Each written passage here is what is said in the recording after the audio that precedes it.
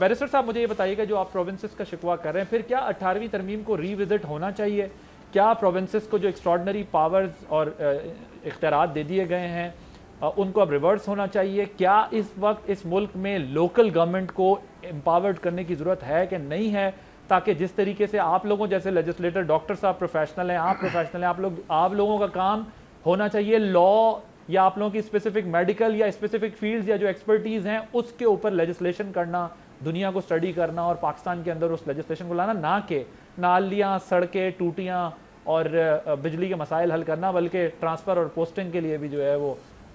मुझे ये बताएं कि क्या वो वक्त आ गया है कि अब 18वीं तरमीम वाले मसले को रिविजिट किया? क्योंकि 26वीं तरमीम को तो पहले ही डार साहब कह रहे हैं हजम करना मुश्किल हुआ है, अभी 27वीं नहीं आ रही, लेकिन क्या यही मसाइल का फिर हल नहीं हमारे कि पावर को जो है वो अब आगे दिया जाए लोकल लेवल पर? देखिए बिल्कुल आदिल साहब, मैं समझता हूँ एक ब्रॉडर रिव्यू की ज़रूरत है इस तमाम तर चीज़ के ऊपर, और जो कॉन्करेंट लिस्ट है, जो फेडरल लेजिस्लेटिव लिस्ट है या सूबों के पास जो डेवोल्यूशन हुई है, तो वो उसको कम से कम एक रिव्यू करने की ज़रूरत है, देखने की ज़रूरत है कि क्या वो सब्जेक्ट्स हैं जो जिन पे मेरे ख्याल से वफाक ज़्यादा बेहतर रोल प्ले कर सकता है, कौन से वो सब्जेक्ट्स हैं जो सूबे ज़्यादा बेहतर रोल प्ले कर सकते हैं, और इस तमाम तर मामले के ऊपर बिल्कुल रिव्यू होना चाहिए, देखना चाहिए कि ये अभी हाल में ही, अभी ये देखें, this is a constant continuation. पिछली दफ़ा क्या हुआ, 2022 के जो फ्लड्स आए वो साउथ में आए, वो सिंध वाली साइड पे आए। अब यहाँ पे क्या हुआ कि इस दफ़ा जो फ्लड्स हैं या जो सैलाब है वो नॉर्थ की तरफ आया। सो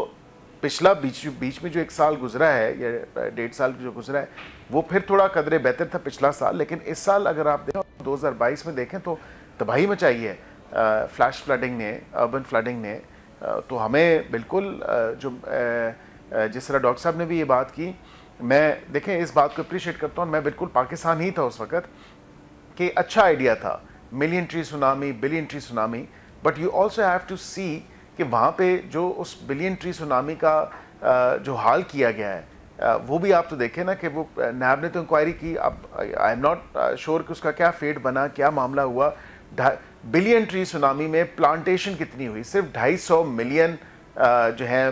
आपके पौधे प्लांट हुए, और उसके साथ विंडफॉल पॉलिसी में आप जो कहा कि जी ये तो वैसे ही दरख्त हवा से गिर जाएंगे, मतलब टिम्बर माफिया ने हद कर दी वहाँ पे, दरख्त काट के, दरख्त उखाड़ के इस विंडफॉल पॉलिसी के चक्कर में। तो कम से कम ये भी तो देखें कि ये तमाम तर मामलात इन्हीं के सूबे में हुए जिस सूबे में 12 साल से हुकूमत है। तो